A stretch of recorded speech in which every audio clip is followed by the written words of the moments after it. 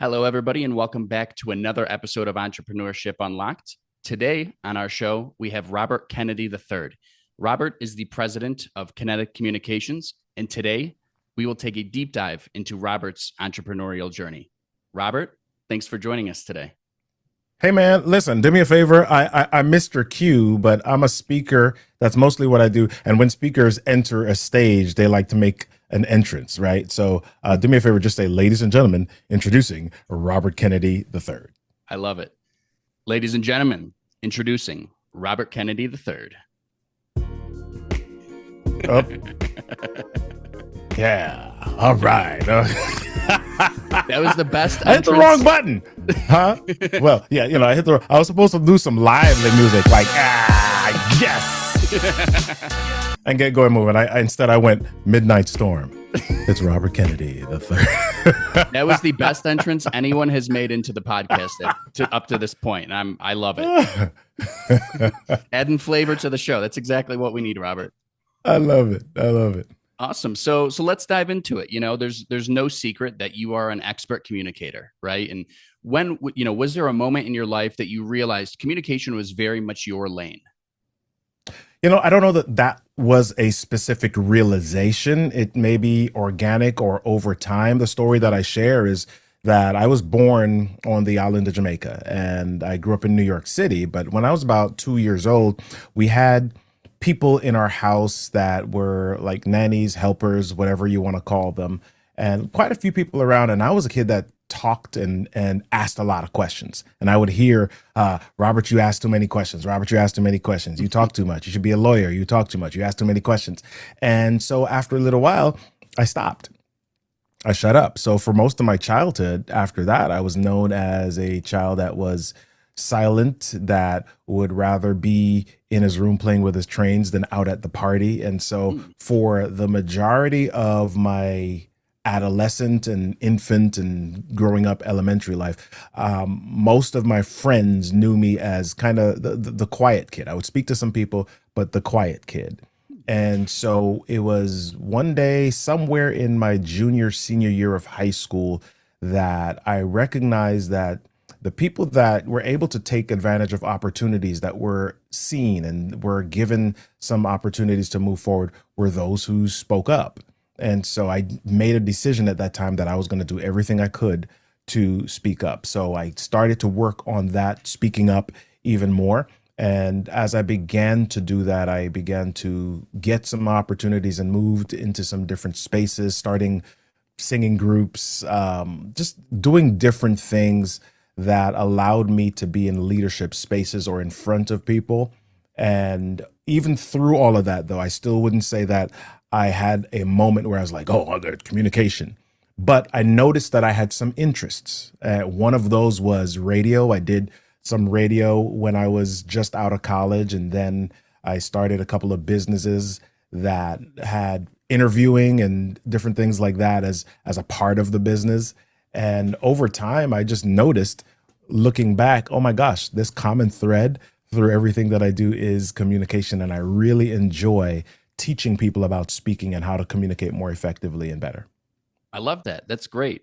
One thing that I heard you mentioned, the singing groups. I myself used to play trumpet like in the school band. And I feel that, being on stage in front of people and performing in that way really, and I didn't realize it at the time, but looking back, I realize it now. It really kind of helped me with public speaking, right?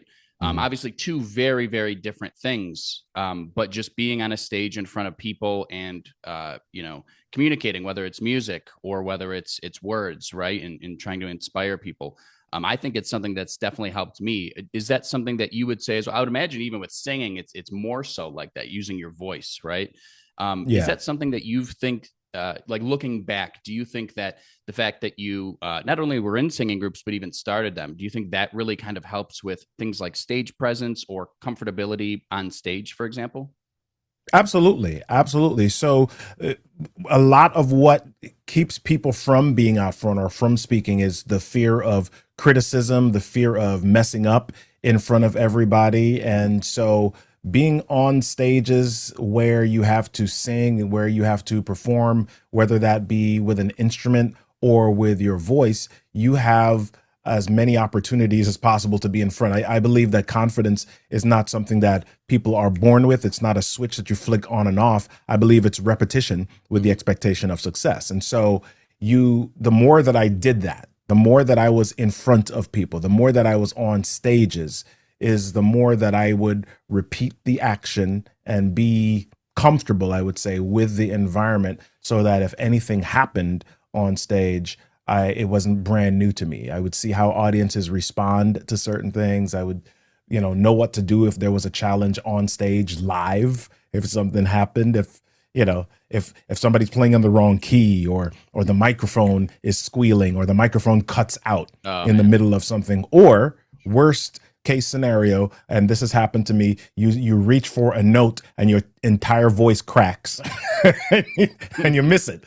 And so you've got to figure out, there's nowhere to go. You got to figure out, either I'm going to crawl off this stage, or I'm going to push through and I'm going to just smile and act like nothing happened. All of that is practice, reps that you're getting for dealing with human responses. Yeah, totally. I love that. So give the people a little bit of background on Kennetik Communications, kind of what you guys are up to. And it looks like you guys have been around for almost a decade at this point. What are some of the projects and things that you guys work on? So Kennetik Communications is a training company. We work on training, teaching corporate leaders and business owners how to present and communicate more effectively to their customers, as well as internally, and to increase their confidence in doing so. We've got 3 lanes that we work in: voice, vision, and value. And so we teach people about amplifying their voices. And then if you are a leader, how to strategically speak so that you can get people behind a vision. And then finally, the value is how to connect with your customers and treat them like a part of the family, right? What is the best way to use your voice to connect with your ultimate customers? So that's the space that we play in. Most of our customers these days are in the real estate space, but we've got customers in other tangential industries and other corporate industries as well. So yeah, I've been that started out with mostly me just being a speaker and trainer, and that started in 2018, and we've grown since then. Yeah, that's incredible. Totally makes sense that you guys, focus heavily on the real estate space, a space that's extremely saturated, right? There's not a major barrier of entry to get into that space by any means. And it's very competitive, right? So it's like, how do you as a real estate agent really stand out? It's going to be your personality. I mean, there's other things too, your follow-ups, your marketing strategy in general, if you're a good person, that will really shine, and people will see that in referral business, all that kind of stuff. But especially as you think about being a brand new real estate agent, maybe you're 23 years old and you just got into the space, right? It's difficult to stand out in a space like that, and having excellent communication skills and building yourself up as a leader, especially as at that young of an age, really makes sense. Have you, I guess what I'm trying to ask is, how have you seen that helping leaders communicate better can lead to real business outcomes? Well, so there are 2 layers of this. In business, you hear that, or not you hear, the studies show that it's much cheaper to retain customers than it is to acquire new ones. And so once I get a customer, how do I retain them? Well, I retain them by know, like, and trust is first how they get to you, but I retain them by continuing that like and that trust process. So I've got to figure out how to connect with them on a regular basis. When I say connect, I don't mean contact. Connection and contacting are 2 different things. Contacting is, yep, I sent you a postcard. Yep, I made a phone call, or I sent you a text. That is a contact. I sent you an email. That is a contact. A connection is where I know something emotionally about you, and I reach to that emotional pull so that you can then say, this person, Nate knows me. Nate recognizes who I am. Nate understands my challenges. Doesn't mean that I always know the thing, but what I'm counting on is that you're a human being just like me, and I'm relating some experiences. So if I think about real estate, I might, instead of just saying, hey, let me contact you when you need a house. Hey, when you need a house, let me contact you. Hey, if you need a house, if you're planning on buying a house at any time, call me. Instead of doing that, I might say, you know what? I remember the first time that I wanted to get a house and the process that it was like, oh my gosh, it was totally nothing like I experienced, like I thought it was going to be. It was crazy. And you then lean into the time in your space where you're like, oh my gosh, I've had moments where I wanted something and it turned out so unexpected, right? Your show is Entrepreneurship Unlocked. My gosh, before people get into entrepreneurship, a lot of people are like, oh my gosh, I want to be my own boss. Being my own boss looks sexy. It's, you got so much free time and you get to do whatever the heck you want and you earn millions of dollars a year. and that's exactly how it's been going, guys. Yeah. And then you start a business and you're like, wait a minute. The only difference is I'm not somebody else's employee. I'm now my own employee, and I don't hold me as accountable as somebody else does, and I'm doing all the jobs. No, 100%, 100%. Yes. Yeah, it's my goal when I was in college, I was like, I would love to start my own business someday. Didn't quite know exactly what I wanted to do. But yeah, definitely underestimated the amount of work, the amount of, long nights and all those things. And, but it's so worth it, to be able to build something yourself. It's, when I'm dead and gone, right? Like I very much think about what my story is going to be, right? The legends that my children can pass down to their children and so on and so forth. And being someone that, those people can look up to. Storytelling is something that I think about all the time, right? Especially I run a marketing agency. Obviously, storytelling's a large part in what we do when it comes to, creating advertisements, creating experiences, things like that. But even in my own life, right? Yeah. I would rather be making decisions based on how is this going to impact my story than how is this going to impact my bank account, for example. Because I think there's just so much more value in that. And storytelling is something that I really was looking forward to talking with you about, as you are, an expert communicator, and storytelling, like I said, is something that's hits very close to home for me. How would you say, when we think about storytelling in a business landscape, right? Business storytelling, how does this differ from maybe entertainment storytelling, for example?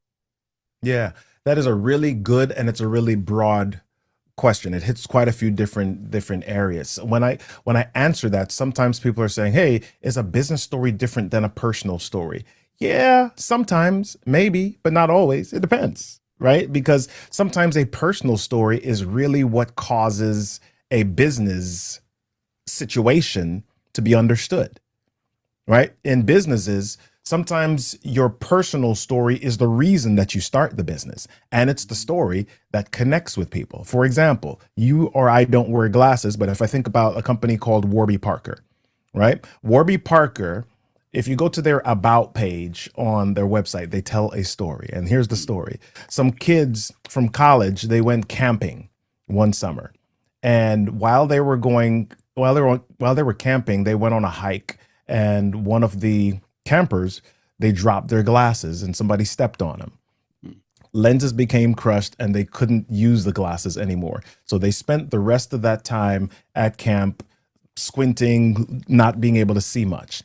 Went back to school and tried to get some new glasses, but there were broke college students, found out that they couldn't afford it. So they spent the rest of the semester squinting and trying to get close to the board and trying to figure out how to get the information so that they could pass their classes. They made a decision in that moment that the expense, that money should never be a reason that people would not have access to eyewear. I love and that. So they started Warby Parker through that, pun intended, lens, right? through that moment where they said, you know what, we're gonna create something that we're passionate about, and we're gonna figure out how to make this affordable for everybody. And so that is the origin story of that business, and that's a story that they can tell to people, and people are like, oh yeah, I see where your passion is. Oh yeah, I see your why inside of this.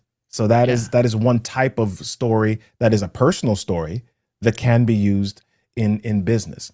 But back to the question that you asked. So the other side of this is, yeah, there are other types of stories that you tell in business. I believe that there's, I call these strategic stories that you tell. Some stories are about the process, some stories are about the product, some stories are about the partnership, right? So if it's the process, you're talking about how you solve a specific challenge. What is the story of that challenge, right? If it is the product, you're talking about a specific item or something that you created that solves a problem or a challenge. And maybe you're telling the backstory of that, but your story is you're walking through the journey of that product and what it does specifically and how it navigates people from a conflict or through a conflict or a challenge. And then the last story type is about a partnership, and that may be a relationship. And when I talk about relationship, that's not just a personal relationship. It may be two businesses came together and they were able to navigate this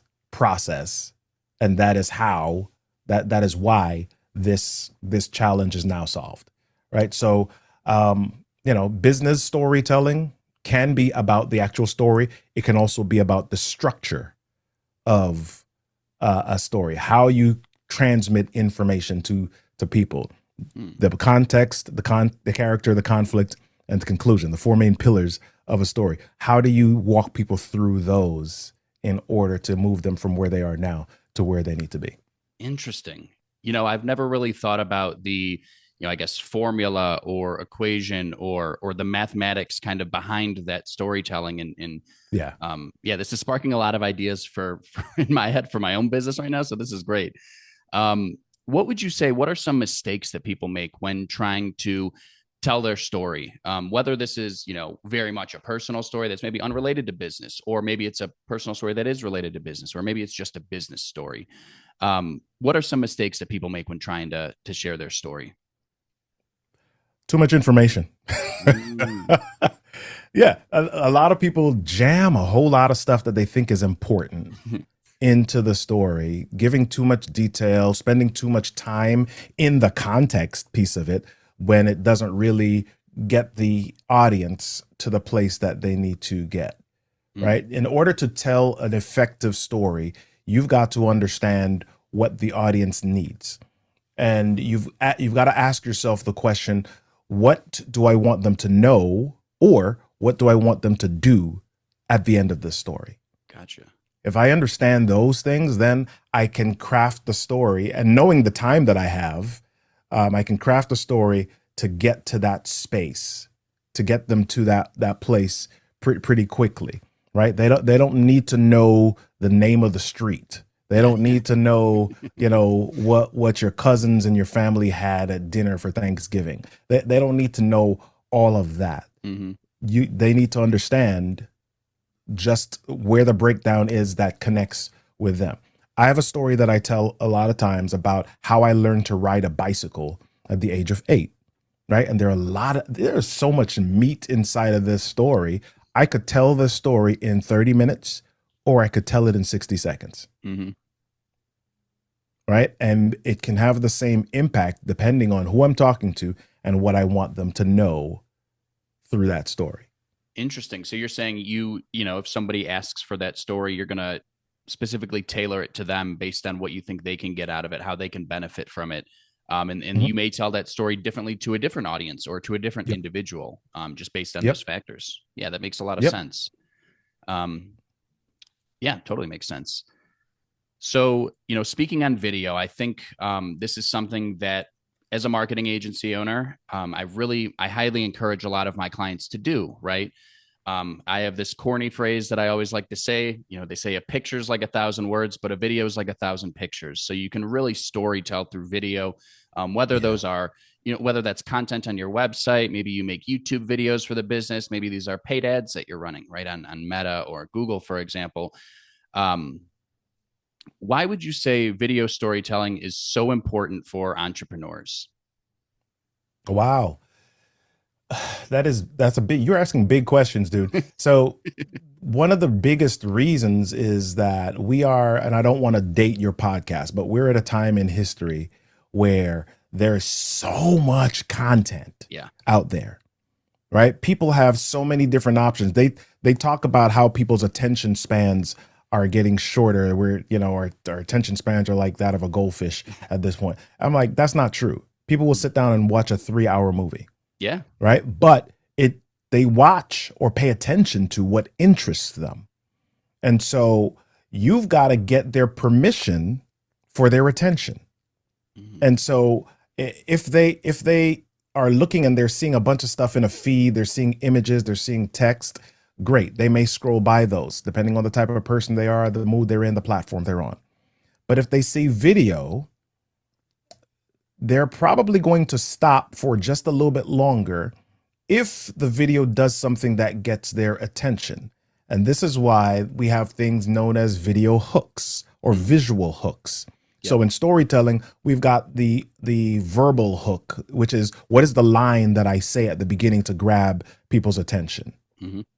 But in video, I've also got a visual hook, which is what makes people stop the scroll. What makes people pay attention? So if they're scrolling down their feed and they see a bunch of talking head videos, but there's this one video with some dude shaking a water bottle right before he starts talking, they say, hold on 1 second. Why is that dude shaking a water bottle? Right? Or something simple. You see a bunch of talking head videos, but you scroll to this video and there's this one dude who's headed to the back. And you're like, oh, why is that dude's head to the back? Right? So video is important for business owners because you've got to figure out how to get people's attention, because once you get their attention, they then give you permission to have their attention for just a little bit longer. And we have so many different visual stimuli coming at us that if you miss out on that opportunity, it's much harder for you to get their attention later on. Yeah, that really resonates with me, especially talking about those hooks, right? Audio and visual hooks. Those are things I preach to my clients, right? Especially if we're running maybe a 30-second or even a 15-second ad, right? It's like you really have maybe a second and a half to get somebody's attention on an ad like that, especially when it says sponsored or paid advertisement next to it. Our brains are set up to just scroll past those things, right? So you wouldn't believe the amount of clients that I work with that say, Nate, I have this great 8-minute video that I want to run as an ad, and it has no kind of hook at the beginning at all. And look, I'm all for long form content myself. I just like you, Robert, I totally agree. I will sit down and listen to a 2 or 3 hour podcast, right? If it's a host that I like and maybe they have a very interesting guest, like I'll happily do that. And I may break it up into a few sessions, right? I might not have time to listen to a 2-hour podcast. I might listen to 30 minutes here, an hour there. But yeah, I agree. I think that, our attention spans are definitely shorter, but for the right types of content for people we know, like, and trust, we are willing to listen to more long form. And, I myself, I run a one-man digital marketing agency looking to obviously hire people in the future and grow the business, right? It's still a very much a new business and things have been going well.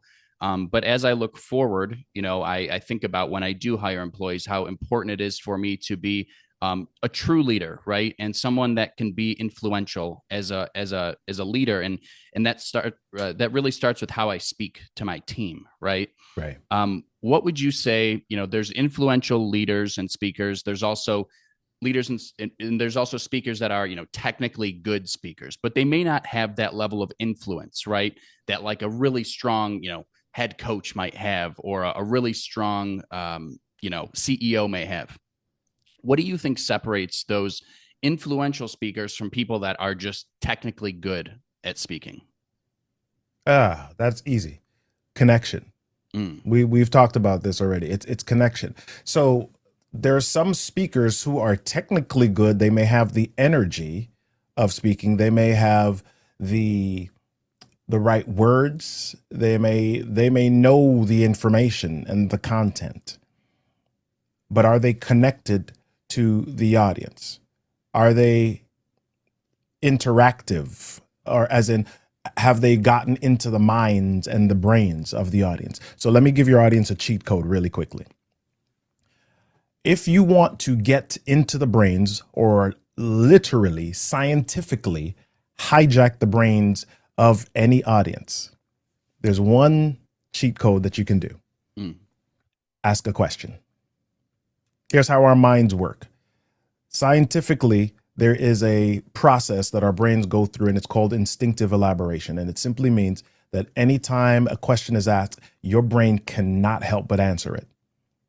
It can't, because your mind is sorting through. Somebody asks a question. What does your mind do? Your mind sorts through its database and says, hey, did I experience that? Did I not experience that? Do I want to experience that? Is this familiar? Your mind is always seeking to protect you in some way. And so it's looking and it's seeking. It doesn't like open loops. So it's seeking information.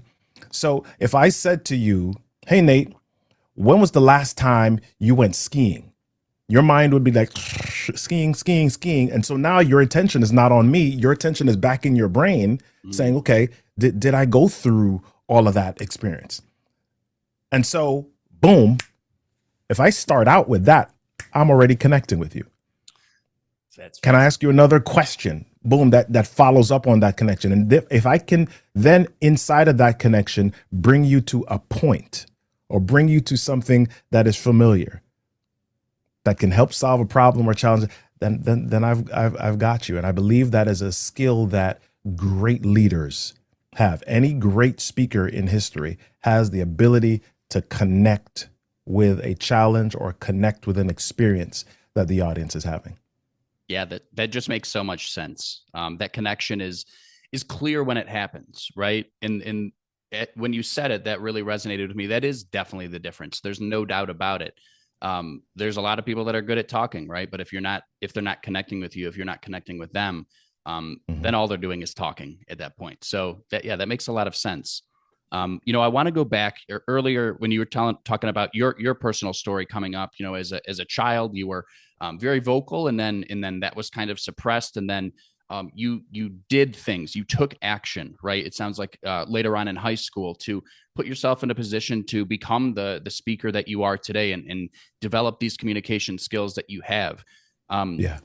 Have you used it? And I'm sure you have, but I guess maybe a better question is, how have you used your personal story to help others tell their story?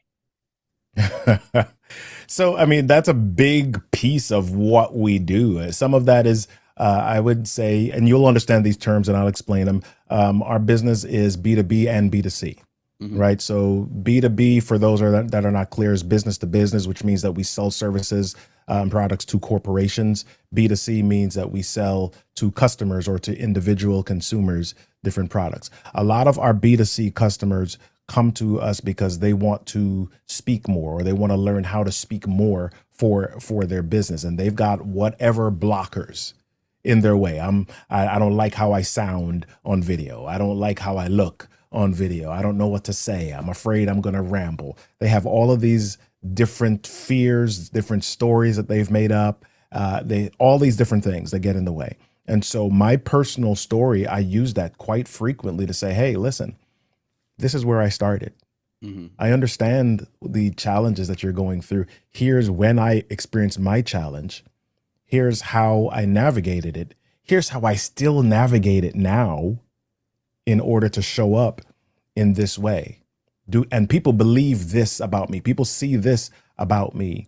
Does that mean I don't operate or don't navigate or walk through some fears or through some doors on my way to being on a stage every time? Yeah, I do. And here are the exercises. Here are the things that I do.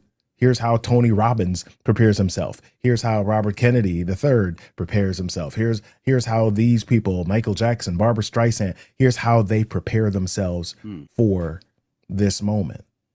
Right. And so, yeah, my personal story helps because people see that I'm human just like they are. And I walk through the same challenges and maybe the same shoes. I love that. So I have one final question for you. A lot of our listeners are, younger entrepreneurs, people that maybe recently started a business. They come to the show for advice and things like that. Let's say we have an entrepreneur. They are, 25 years old. Maybe they're in the real estate space, just to use that as an example, or maybe any space, right? They want to get better at communication, right? This could be, Hmm. maybe it's public speaking, maybe it's one-on-one speaking, right? And developing those skills. And obviously everybody kind of starts from a different spot. Everybody's currently at a different spot. But what's maybe one piece of advice or one tangible thing that a young 25-year-old, for example, could take away if they want to improve their communication skills, right? Would this be maybe communicating into a mirror to see yourself speak? Would it be to listen to some of the great speakers that are out there? What do Yeah. you think? What's a kind of a good starting point for someone that wants to overall just increase those communication skills? Yeah. Those are all great practices, speaking in the mirror and looking to other great speakers as inspiration. The two biggest things that I would say first, though, is number one, ask great questions. Number two, become a great listener. And when I say ask great questions, be curious. It doesn't mean ask, hey, did you do this? That's a yes or no question. Hey, have you done this? That's a yes or no question. Do you want to? That's a yes or no question. A better question is, when was the last time that you? A better question is, how did you feel when? A better question is, what would it be like if you? Right? Those questions now get people to share a little bit more of their inside, their internal, their thought process, their feelings, when I get that information from people, that's data that I now say, oh, okay, cool. This is what they need. This is what they like. These are their preferences. And if I'm an agent, if I'm a business owner of any sort, I can now tailor anything that I share with them to those preferences. So I've got to be a really good questioner. I've got to be curious. And when I ask my questions, I don't push my product or my process. When I ask my questions, I shut up and I listen and I hear what they're saying. Yeah, that's great. In a previous life, I used to train salespeople in the media space, and I would tell them, if you're doing more than 50% of the talking during your presentations, you're doing something wrong, right? To your point, you want to ask those open-ended questions. Those build trust, right? People are sharing their story. They're opening up to you, and that's how you build trust on a very foundational, small level to begin. And that's how you meet people. Like, that's how you really learn people, right? So yeah, I think that's great. Yeah. Asking, very much open-ended questions, not yes or no questions, but questions that get people to explore in their mind and share that information with you. And then having the wherewithal to sit there and actually listen, right? A lot of, especially when we think about salespeople, right? A lot of, below average salespeople will just talk at you. Right. And that does it, that there's nothing that will turn off a buyer or just a listener faster than somebody talking right at you. Right. You're looking at your watch. You're going to be thinking, okay, what do I have after this? Because I know I'm not going to do business with this person. Right. Like literally, what am I eating for lunch today is what's going to be going through your head. So yeah, I totally agree. I've been preaching that, or, in my previous life was definitely preaching that. So that's definitely something that resonates with me. Yeah. Let me say this as well, that I've been a part of or heard sales training where they tell you that the more that you can get people to say yes, or the more that you can get people to nod in your presentation, is the more likely that they will say yes when you're at the end. That feels manipulative to me. Right. So I'm asking questions just to kind of get you to say, and I've had this happen. I was sitting in my living room. My wife and I we had bought our first home, and several months or a year later or something like that, we're sitting in our living room, or our dining room, actually, at the table with this guy that is telling us, if you get windows, this type of windows, you will increase the value of your home. And he came to our house probably at like 7. And by this time, it's like 9:30 at night. And we're like, yeah. And I think the windows, and this is like in the early 2000s, the windows that he wanted us to invest in were like $15,000 to $20,000. And we're like, yeah. And I think we said yes, and we signed something. And then in the morning, my wife and I both popped up like, what the? What did we do? So we immediately called and canceled. And because we realized, hold on, we were tired. We were just sitting there nodding our heads, and he was implementing a sales technique. But then after that, we regretted it, and we didn't trust that company anymore because they didn't really care about us. They didn't really connect with us. They wanted to make a sale. Right. So I recommend trust over, not, I was going to say trust over training because I want to be alliterative, but not training. Training is a good thing. I recommend that you get people to trust you, or that you create connection with people rather than trying to manipulate them into sales. I really like that. What is that party going to think, that person that I sold a marketing plan to yesterday, what are they going to think the next day about the deal that they just signed? How can Yeah. I assure them that this was a good decision on their end, right? Is that Hmm. maybe something that I do the next day, or is that maybe something that I share with them while I'm giving that presentation? That's something I need to think about for my own business. That's very fascinating. Like, what are people going, what is that buyer going to think the next day, right? How could I assure Hmm. them that this was a good decision? Yeah, that's something I've never thought about at all, and something that I should find a way to integrate that into my own business. That's very interesting. Yeah. Cool. Well, Robert, this has been great. Tell the people. I know you. Obviously, you have Kennetik Communications. People can find you. Is it KennetikCommunications.com? Yes, KennetikCommunications.com. The easiest way to find me, though, is robertkennedy3.me. So you'll see my socials there. My speaker website is linked there, as well as our training company, Kennetik Communications, is linked there. robertkennedy3.me is the best way to get connected.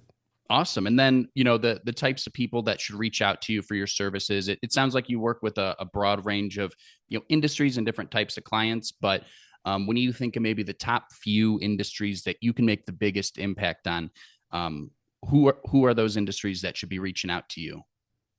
If you're in real estate, if you're in sales, those are the two biggest ones that we connect with. If you're in a corporation, or if you're in a association and you're looking at leadership in your job, that is another specific slice that we connect with as well. So yeah, yeah, real estate, association leadership, and I would even say small business leaders that want to be able to communicate and connect with their teams and their customers even better. Awesome. Great. Well, yeah, great episode. Really, really liked having you on. And yeah, thanks so much, Robert, for joining us today. Thanks, Nate. It's been my pleasure. Awesome. And I hope you guys all enjoyed this episode with Robert Kennedy III.